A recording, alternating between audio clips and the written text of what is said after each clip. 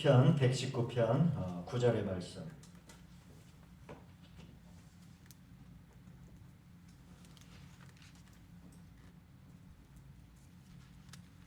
찾으셨죠? 우리 한 목소리로 같이 읽도록 하겠습니다. 청년이 무엇으로 그의 행실을 깨끗하게 하리이까? 주의 말씀만 지킬 따름이니이다. 내가 전심으로 주를 찾아 싸우니 주의 계명에서 떠나지 말게 하소서. 내가 주께 범죄하지 아니하려 하여 주의 말씀을 내 마음에 두었나이다. 아멘. 자, 우리 옆에 계신 분들과 서로 인사 나누겠습니다. 사랑하고 축복합니다.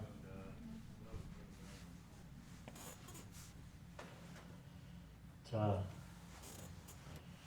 우리 지난주 왜 우리가 성경을 읽어야 하는가 라고 하는 말씀에 이어서 우리 두 번째 시간, 왜 우리가 성경을 읽어야 하는가 두 번째 시간을 갖도록 하겠습니다. 제가 왜 당연히 읽어야지요 뭐 이러한 그 차원이 아니라 구체적으로 왜 그러면은 우리 권면을 할 때 다른 믿음의 초보자들에게도 신앙생활 하시려면 우리가 성경을 꼭 읽으셔야 합니다. 우리가 권면을 하는데 그냥 교회 다니면 읽어야 돼요. 그냥 성경을 읽으면 그냥 마음이 편안해져요. 물론 맞는 이야기이기도 하고 또 성경을 읽으면 또 좋은 일이 생기지 않겠어요. 뭐 이런 정도의 어떠한 우리 신앙적 변증이 아니라 구체적으로 왜 진정으로 우리가 왜 성경을 읽는 그리스도인이 되어야 하는가라고 하는 것에 관한 좀 아주 기초적인 말씀을 더 나누어 보도록 하겠습니다. 제가 지난 시간에 이런 말씀을 드렸어요. 우리 인생의 삶의 기간은 굉장히 유한하잖아요. 지금도 뭐 100세 시대 그렇지만은 사실 그렇지 않거든요. 100세라고 하더라도 이 우주적인 하나님의 역사에서 보면 그 지점이 얼마나 작습니까? 그런데 하나님은 알파와 오메가가 되시는 분, 태초에 창세 전에부터 계시고 이제 이 세상 끝나는 그 이후에도 영원히 존재하시는 그 하나님의 크기, 그러니까 그 크기라고 얘기하면은 그분의 존재의 깊이, 그분의 생각, 그분의 마음이 우리가 살아가는 이 100년이라고 하는 1세기라고 하는 그 시간 안에 사는 우리 존재들이 어떻게 그 우주적인 하나님을 과연 이해할 수 있겠느냐라고 하는 거예요. 이 천지를 지으신 하나님에 대해서 어떻게 우리가 알 수 있고 그분의 생각과 그분의 마음을 어떻게 우리가 붙들 수 있을까? 즉 그런 면에서 성경이라고 하는 것은 그 우주적인 하나님께서 1세기 정도라고 하면 아주 길어야 한 세기를 살아가는 그러한 이 사람에게 우리 그 인간의 의식 밖에 있는 그분이 이 1세기를 살아가는 사람들의 의식 가운데 당신 자신을 넣어주시는 것, 소개해 주시고 또 알려주시는 통로가 바로 이 성경이라고 하는 거예요. 우리는 하나님을 믿으니 당연히 무엇을 알아야 돼요? 하나님을 알아야 되잖아요. 논리는 굉장히 간단합니다. 성경을 읽으면은 뭐 재수가 좋을 수도 있고 마음이 편해질 수도 있고 좋은 일이 생길 수도 있고 그렇겠지만은 좀 더 분명한 것은 우리는 이 알파와 오메가가 되시는 하나님을 믿는 존재들이니까 그 믿음의 대상에 대해서 하나님은 어떤 분이신가? 하나님은 어떤 생각을 하시는 분인가? 라고 하는 그 하나님을 알기 위해서는 우리 그리스도인들은 반드시 성경을 읽어야 돼요. 왜? 그것이 그 넓으신 하나님이 그 좁은 면만 보고 살 수밖에 없는 우리 사람들에게 그 우주적인 하나님을 넣어주시고 알려주시고 또 읽혀주시는 그런 통로가 바로 성경이라고 할 수 있습니다. 그래서 제가 읽는다, 성경을 읽는다 할 때 읽는다는 여러 가지 것으로 해석할 수 있어요. 성경을 읽는다, 그것은 선물을 받아들이는 것이다. 하나님이 우리에게 주신. 또 읽는다, 그것은 하나님의 뜻과 마음을 들여다본다 로도 우리가 해석할 수 있고, 읽는다, 이것은 이 세상을 움직이는 하나님의 경륜을 이해하는 것이다 로도 우리가 해석할 수 있고, 또 읽는다라고 하는 것은 그 하나님의 육신적인 것이 아니라 영적인 그 역사를 받아들일 수 있도록 하는 것이다. 이게 바로 읽는다라고 하는 표현이에요. 그래서 제가 왜 성경을 읽어야 하는가, 이 제목 안에는 왜 우리가 하나님의 선물을 잘 받아들여야 하는가, 왜 우리가 하나님의 뜻과 마음을 들여다보아야 하는가, 뭐 이렇게도 이 말씀 제목을 해석할 수 있겠죠. 그래서 여러분, 하나님의 말씀을 우리 가운데 풍성히 거하게 할 때 비로소 우리는 하나님께서 걸어오신 먼 과거의 일을 비로소 알 수 있고, 먼 과거의 일을 비로소 알잖아요. 2000년 전에, 또 예수님 이전의 역사의 구약의 이스라엘의 역사를 통해서, 사사들의 시대를 통해서, 창세기의 역사를 통해서 그 먼 과거에 하나님이 어떻게 일해 오셨는가라고 하는 것을 알 수 있고, 또 오늘날 그렇게 동일하게 일하시는 하나님의 역사를 알 수 있고, 또 우리는 체험 못할 수도 있어요. 먼 미래에 우리가 다 죽어 무덤에 장사되어 이제 우리는 의식하지, 육신적으로 의식할 수 없을 때, 그때에 일어날 일에 대해서도 어떻게 알 수 있는 겁니까? 성경에 하나님께서 넣어주셨으니까 우리가 그 성경을 읽음을 통해서, 비록 짧은 한 세기를 살아가는 존재들이지만, 하나님의 그 영원의 시간에 대한 지식을 우리가 가질 수 있게 된다라고 하는 거예요. 무엇을 통해서? 바로 성경을 통해서. 그러니까 다시 한번 말씀드리지만, 우리는 하나님을 믿으니 하나님에 대해서 알아야 되고, 하나님을 아는 가장 분명하고 확실하고 검증된 방법은 뭐냐? 성경을 읽는 것이다 라고 말씀드릴 수 있습니다. 그럼 이제 두 번째 문제가 대두가 돼요. 무슨 문제냐면, 성경을 그러면 어떻게 읽을까? 오늘 제가 이제 이 말씀을 드리고 오늘 메시지를 마치도록 하겠습니다. 그러면 어떻게 성경을 읽을까라고 하는 겁니다. 여러분 잘 들어보시길 바랍니다. 우리 전사님이 혹시 영상을 하실 때 요 제가 1, 2, 3, 4 하는 거를 좀 이렇게 좀 넣어보세요. 성경을 어떻게 읽을까? 첫째, 사실을 발견하며 읽어야 한다라고 하는 거예요. 사실. 성경은 뭐 오늘 이제 우리가 읽은 시편은 노래거든요. 노래 가사말. 그 당시에 어떻게 제사를 드릴 때에 여기에 이제 곡을 맞춰서 불렀을 건데, 그 곡은 전해지지 않아요.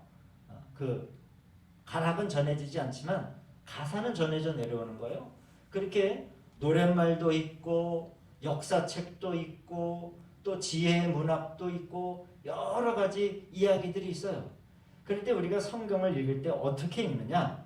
그 안에 나타난 분명한 사실을 발견하면서 우리가 성경을 읽어야 됩니다. 두 번째로는 성경은 되도록이면 외우고 기억하는 방식으로 우리가 성경을 읽어야 돼요. 그래서 여러분, 우리 장로님 올해 이제 제가 주일날 우리 지방에서 장로 시상을 했거든요. 이제 6번 읽으셨는데, 다른 분은 21번 읽으신 분이 있어요. 그래서 아니요, 21번 어떻게 읽으셨을까 하는 이제 분이 계신데, 하여튼간 장로님처럼 6독을 하거나 5독을 하거나 한 번 한 1독을 하더라도 자꾸 읽으면 어떻게 되기 시작을 해요? 성경이 우리 머리 가운데 자꾸 흔적을 남깁니다. 기억 속에 자꾸 말씀의 주름을 남기게 되죠. 그래서 우리가 나이가 먹으면 먹을수록 자꾸 기억력이 감퇴하니까 그 글자 하나하나를 또박또박 다 우리가 외울 수는 없지만은, 그래도 뭉퉁그려 하나님의 말씀이 이런 부분이 있지. 근데 그 말씀은 우리의 인생과 전혀 동떨어진 말씀이 아니란 말이에요. 아니란 말이죠. 그래서 언제든지 이러한 삶의 환경에서, 이러한 삶의 자리 가운데서 말씀하시는 하나님의 말씀을 내가 기억해낸다면 그게 뭐가 되는 거예요? 그 환경 가운데 말씀하시는 하나님의 음성이 되는 거죠. 되도록이면 성경은 외우고 또 기억하는 방식으로 성경을 좀 읽으셔야 됩니다. 세 번째로는 분석과 종합과 비교가 있어야 돼요. 그래서 성경에 나오는 어떠한 질문은 어디에서 찾을 수 있어요? 성경 안에서 그 대답을 찾는 거예요. 성경 안에서 나오는 질문을 저 먼 어떤 철학자에 가서 물어보는 것이 아니라 또 다른 어떠한 방식으로 대답을 구하려고 하는 것이 아니라 성경을 서로 비교해 보면서 또 성경을 서로 분석하며 종합해 보며 성경을 우리가 읽어야 됩니다. 그리고 네 번째로 또 대단히 중요한 방법인데 하나님의 비춤을 구하며 여러분 성경을 읽으셔야 됩니다. 그래서 그 성경이 우리 장로님 만약에 5동 6도 가신다 그러면은 한번 반복될 때마다 막 지루해가지고요. 이거 얼마 전에 2달 전에 읽은 말씀인데 막 지루해가지고 읽는 게 아니시잖아요. 또 매번 읽을 때마다 그 말씀이 또 새로워지고. 근데 왜 새로워질까요? 저는 그런 생각도 해요. 우리 의학적으로 우리 사람의 세포가 일정 시간이 지나면 다 세포가 죽고 새로운 세포로 우리 인간의 육체가 구성이 된다고 그러잖아요. 어떻게 보면 시간이 흐르면 우리들의 이 정신은 어떻게 보면 그대로인 것 같지만 육신적인 것들은 어떻게 보면 늘 좀 새로운 존재들인 것 같아요. 그래서 이전에 읽었던 말씀이 똑같은 활자는 변하지 않았지만은 하나님의 비춤이 우리들이 살아가는 그 시간과 환경과 내가 늙어가고 때로는 자라나고 우리 청년 학생들이 이럴 때마다 그 하나님이 보여주시는 빛이 다르니까 또 새롭게 그 하나님의 말씀이 해석이 될 수 있는 거죠. 그래서 우리가 성경을 읽을 때는 하나님의 빛비춤을 구하며 하나님 이 말씀이 무엇인지를 환하게 열어주십시오. 이 말씀을 통해서 내가 눈이 환하게 해주십시오. 라고 하는 그런 하나님의 알게 하여 주신 보여주신 이런 빛비춤을 구하는 거죠. 그거는 하나님 앞에 간구하는 거예요. 그렇게 우리가 좀 읽어야 됩니다. 예를 들면 이 안상홍 증인의 이제 이름을 바뀌어가지고 하나님의 교회라고 보통 하는 데가 예전에는 안상홍을 증거하고 다녔거든요. 영원 불사의 존재로. 근데 죽었잖아요. 안상홍 씨가 부산에서. 그러니까 죽으니까 이제 그 하나님 어머니라고 하는 그 하나님의 교회에서 하나님 어머니라고 하는 이 논리가 나온 지 오래되지 않았습니다. 이제 당사자가 죽으니까 성경에서 하나님의 어머니를 발견해내요. 근데 여러분 하나님의 어머니라고 하는 단어가 성경에 있나요? 전에 못 보셨죠? 이런 거예요. 그 논리가 뭐냐면은 하나님 아버지라고 그러지 않느냐. 그리고 아들이신 예수 그리스도가 있으니까 아버지도 있고 아들도 있으니까 모두 있어야 돼요. 어머니도 있을 거다. 라고 하는 거예요. 어머니도 있을 거다. 그 어머니가 지금 하나님의 교회 교주로 있는 그런 장길장. 이 여인이 하나님의 어머니다. 이거예요. 하나님의 어머니라고 하는 그 이야기가 그렇게 나오는 거예요. 근데 제가 성경을 어떻게 읽어야 됩니까? 라고 할 때 사실을 발견해야 된다. 외우고 기억해야 된다. 분석과 종합과 비교가 있어야 된다. 하나님의 빛비춤을 구하여 읽어야 된다라고 하는 방식에서 한참 벗어난 거예요. 아버지가 있기 때문에 아마 어머니도 있을 거야 라는 식의 해석은 사실을 발견하려고 하는 태도가 아닌 거예요. 그거는 끼워넣기고 재창작하기죠.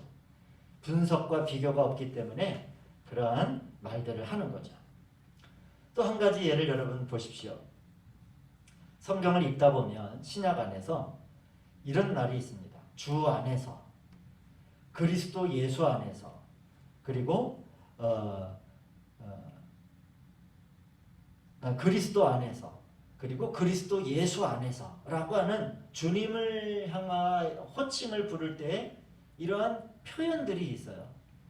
이건 이제 다 예수님 가르치는 말이죠 라고도 얘기할 수 있지만은 그러나 우리가 이 성경을 분석하고 비교하고 종합해 보면 이 세 호칭 예수님을 가리키는 일컫는 주 안에서 그리스도 안에서, 그리스도 예수 안에서라고 하는 이 차이가 있습니다. 몰라도 되지만 알면은 더 풍성하게 이 주님의 이름이 우리에게 다가오는 거예요.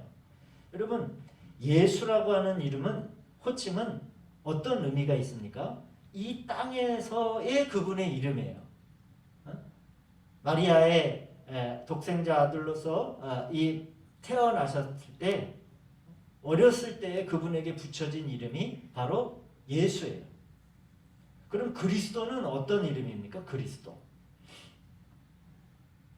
그리스도는 부활 후에, 부활한 다음에, 부활 후에 하나님에게서 기름 부음을 받은 그분의 이름을 말하는 겁니다. 그래서 사도행전 2장 26절을 보시면은 너희가 십자가에 못 박은 이 예수를, 호칭이 나오죠. 십자가에 못 박은 예수는 뭐예요? 땅에서 불려지는 이름이잖아요. 이 예수를 하나님이 주와 그리스도가 되게 하셨느니라 라고 할 때, 바로 그 주, 그리고 그 그리스도는 부활 이후에 하나님에 의해 기름 부음을 받아 생긴 이름이 바로 그리스도이죠. 그래서 그리스도는 부활 안에서 주어진 이름을 의미하는 겁니다. 그러면 그리스도 예수는 어떤 의미일까요? 예수면은 예수고 그리스도면 그리스도지. 특히 바울 서신이나 로마서에서 이 예수님의 이 호칭이 대단히 많이 나와요. 그리스도, 예수. 여러분, 로마서 8장 1절만 하나 예를 들면은, 그러므로 이제 그리스도 예수 안에 있는 자에게는 결코 정죄함이 없나니 이는 그리스도 예수 안에 있는 생명의 성령의 법이 너희를 죄와 사망의 법에서 너를 해방하였습니다 라고 할 때, 바울은 계속적으로 그리스도 예수 안에서, 그리스도 예수 안에서 이 이름을 강조를 해요. 예수님 안에서, 주 안에서 이렇게만 하는 것이 아니에요. 왜 그럴까요? 이것은 사도 바울은 개념이 명확한 거예요. 사도 바울은 굉장히 교회주의 논리적이니까. 어떤 의미로?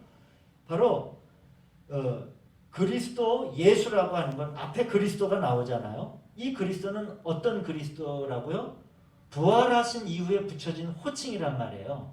그러니까 이 로마 사람들에게 편지를 보낼 때 이 로마 사람들이 만나야 되는 예수님은 그리스도예요. 먼저 부활하신, 사망의 권세를 뚫고 십자가에서 죽으셨지만 다시 사신 그리스도를 로마 사람들에게 말하는 거예요. 이방 사람들에게. 그런데 그분이 그냥 그리스도가 아니라 과거에 어떤 분이셨다고요? 육신을 실제로 입으신 예수이셨다. 좀 이해가 좀 안 가시나요? 그러면 그리스도 철수, 이렇게도 같은 의미예요. 그리스도 철수이셨다. 그러면 여기서 철수는 누구 이름이에요? 어떤 이름이에요? 육신을 가지고 있었을 때, 그러나 철수는 죽었어요. 그러나 그 죽은 철수가 뭐가 된 거예요? 그리스도가 되신 거예요. 그래서 이 이방 선교를 이 바울이 할 때, 바울은 뭘 얘기하는 겁니까? 이전에 육신을 가지고 계셨던 그분이 하나님에 의해서 기름 부음을 받고 사신 주가 되셨다. 그리스도가 되셨다. 라고 하는 이름을 통합적으로 만들어낸 거예요. 그게 바로 그리스도 예수 안에서. 이게 의도가 있는 이름인 거죠. 그래서 반대의 이름은 여러분 신약 성경을 보면은 예수 그리스도 안에서라고 하는 말은 잘 나오지 않아요. 그래서 이 부활 전에 그분의 이름은 예수 그리스도이시고, 부활 후에 그분의 이름은 그리스도 예수로 변화가 되어서 나오는 거예요. 제가 이 공부를 하려고 하는 게 아니라 성경을 이렇게 비교하고 분석하고 종합해서 읽으면은 성경이 더 어떠한 말씀을 이 시대 가운데 우리에게 하는지가 더 분명해지고 명확해진다라고 하는 거죠. 그래서 여러분, 고린도전서 1장 30절에 너희는 하나님으로부터 나서 그리스도 예수 안에 있고, 너희는 하나님으로부터 나서 예수 안에 있고라고 하지 않아요. 너희는 하나님으로부터 나서 그리스도 예수님 안에 계신 거야. 즉 뭡니까?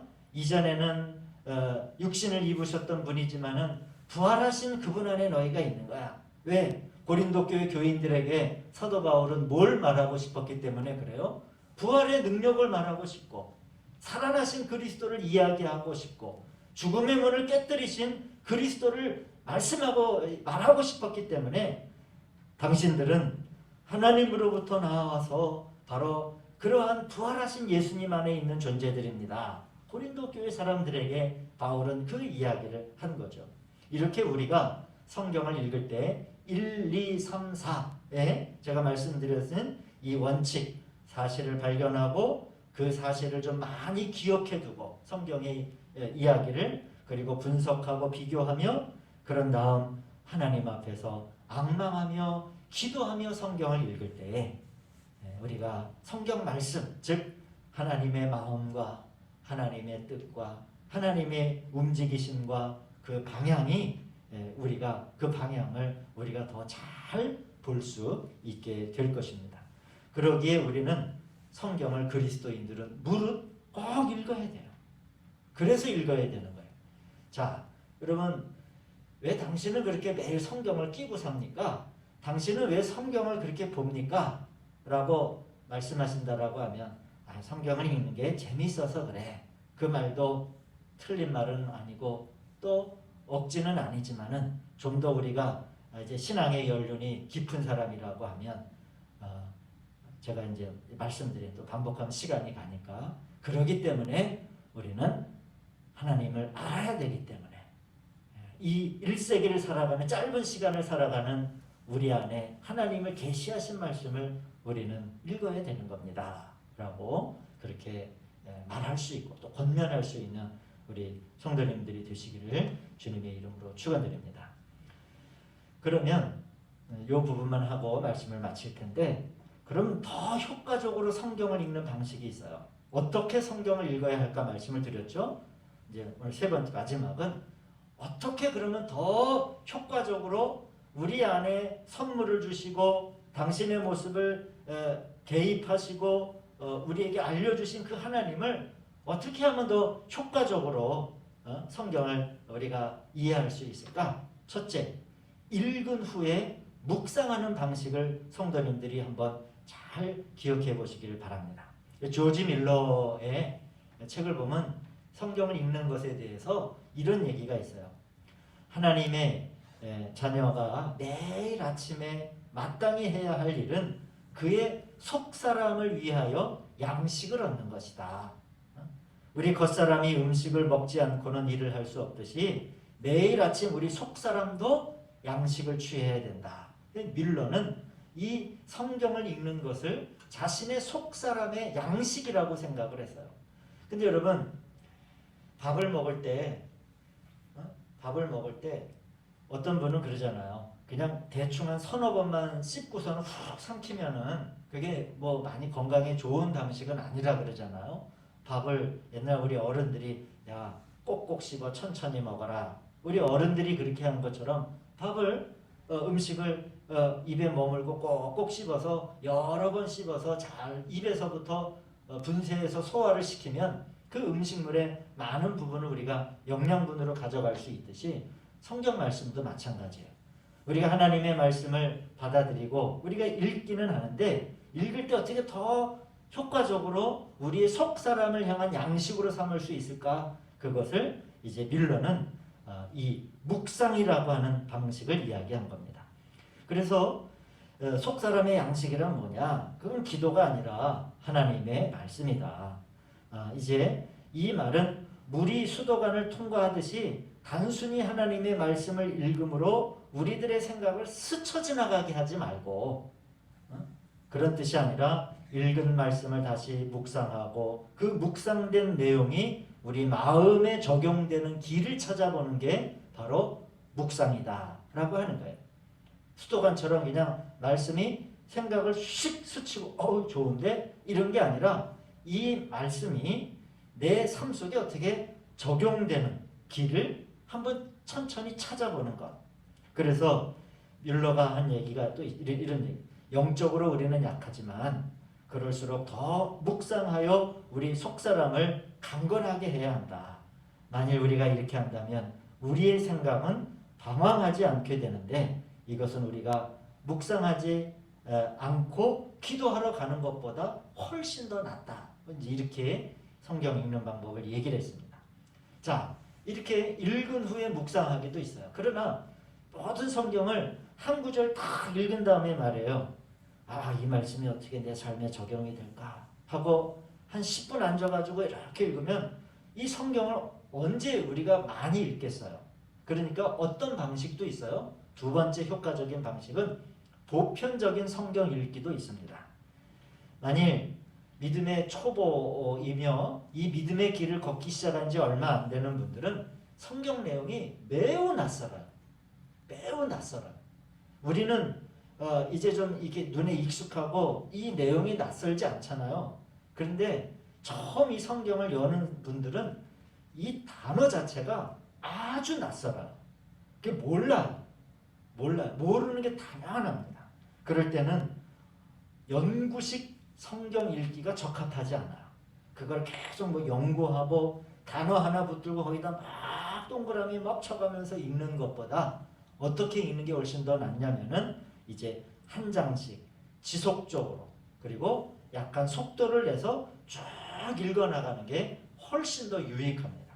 그렇게 몇 번을 읽게 되다 보면은 점점 성경 말씀이 길을 내요. 우리의 머릿속에 기억 가운데 성경 말씀이 이렇게 도로를 닦는 것처럼 길을 내기 시작을 합니다. 그러면 그 길을 낼 때 길이 나 있다라고 하면 이제 그때 그 빛비춤을 구하며 읽을 때 그때부터 하나님의 말씀이 툭툭 걸리기 시작을 하는 거예요. 그때부터 이제 우리가 더 깊은 묵상을 할 수도 있습니다. 그래서 가장 좋은 방식을 우리 영적 인도자들로부터 소개받으면 이렇습니다. 하루에 구약 얼마, 신약 얼마를 읽는 방식으로 그 방식을 쓰는 것이 좋다라고 그렇게 이야기도 합니다. 꼭 뭐 정답이 있는 건 아니니까 제가 이렇게 소개를 해드리는 겁니다. 그래서 너무 빠르게 읽지도 말고 또 너무 느리게 읽지도 않고 보편적이고 항시적이고 지속적으로 성경을 읽으면 계속적으로 길을 내는 거예요. 한번 여러분 쭉 하고 길을 낸 다음에 한참 동안 거기를 다니지 않으면은 거기에 다시 뭐가 나요? 길에 풀이 막 나잖아요. 그러나 매일매일 조금씩이라도 그 길을 계속 밟으면 그 길이, 숲길이 뭐가 됩니까? 오솔길이 되는 거예요. 그래서 너무 빠르지도 느리지도 않지만은 항시적이고 그리고 지속적으로 성경을 읽는다. 그리고 이제 마지막으로 넘어가면은 성경을 연구하며 읽는 방식도 있고요. 그 다음에 근데 이 성경을 연구하며 읽는 것은 5년, 10년의 시간들이 필요해요. 그래서 이 방법이 어렵다면 그 다음에는 쓰면서 읽는 거예요. 쓰면서 성경을 읽는 방식은 연구하며 읽는 방식의 전 단계로 대단히 성경을 공부하는 데 좋습니다. 그리고 마지막으로는 왜 성경을 읽어야 되는가, 오늘 마지막 시간인데 마지막으로는 좀 다양한 성경 번역본을 한번 보시는 것도 제가 한번 추천을 드립니다. 그래서 성경 번역본들이 많이 있는데 우리가 이제 신학을 공부하는 사람들이 아니니까 우리 성도님들은 대충 이 개역개정 성경 정도를 계속 읽잖아요. 근데 저는 말씀을 저도 이제 준비하려고 하면은 좀 번역본을 항상 한 4가지 정도를 계속 봐요. 한글로 된, 그다음에 이제 뭐 영어 성경도 좀 가끔 보기도 하고 이렇게 좀 다양한 성경 번역본을 보면서 읽는 것이 아주 효과적으로 효율적으로 하나님의 말씀을 읽는 방법이 되겠다라고 말씀을 드립니다. 아무쪼록 이렇게 우리가 성경 말씀을 잘 읽고 묵상하는 것을 통해서 우리 성도님들의 짧은 1세기의 삶이지만 그 우주적인 하나님의 지시와 인도함을 잘 받으시고 삶의 지혜를 잘 누리시면서 살아가시는 은총이 있기를 우리 주님의 이름으로 축원을 드립니다. 기도하시겠습니다.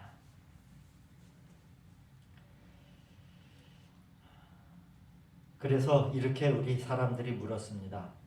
그 청년이 무엇으로 그의 행실을 깨끗하게 할 수 있겠습니까? 그럴 때 내가 주님의 계명에서 떠나지 말게 하시고 내가 주님께 범죄하지 아니하려 하여 주님의 말씀을 내 마음에 두었습니다 라고 노래했던 것처럼 하나님의 말씀을 우리 마음 가운데 두어 우리 삶의 행실과 또한 우리의 인생의 내용이 꽉 찬 내용이 되게 하시고 또한 거룩한 그리스도인의 삶을 살게 하여 주시옵소서. 예수님의 이름으로 기도하였습니다. 주님